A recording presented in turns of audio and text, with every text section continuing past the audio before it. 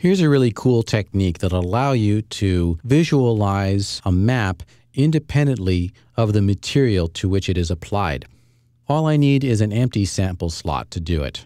I've got my logo material active, and I'll just go down here and click on this bump map button and drag it up to that empty sample slot. When I release the mouse button, I get a pop-up dialog asking, do you want an instance or a copy? And as we saw earlier in the course, an instance is when something is in more than one place at a time. And that's exactly what I want here. That way, I can make changes to the map in this slot, and it will also affect the material. Instance is what I want. Click OK. Now I'm seeing a 2D representation of the noise map.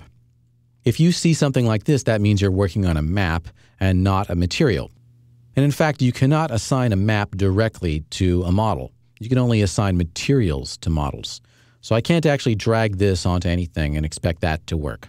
However, I can select it and go into these parameters and adjust them. Let's say I'll set the size back up to 25 and press enter, and you'll see that that is reflected in the material instantly.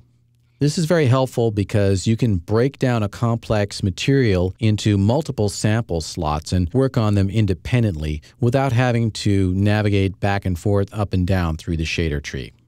This chapter has been a basic introduction to mapping in the material editor. We've really only scratched the surface here, and there's quite a lot to be learned. But the 3ds Max interface is pretty intuitive, and so you'll have a lot of fun in building materials and applying them to objects in your own scenes.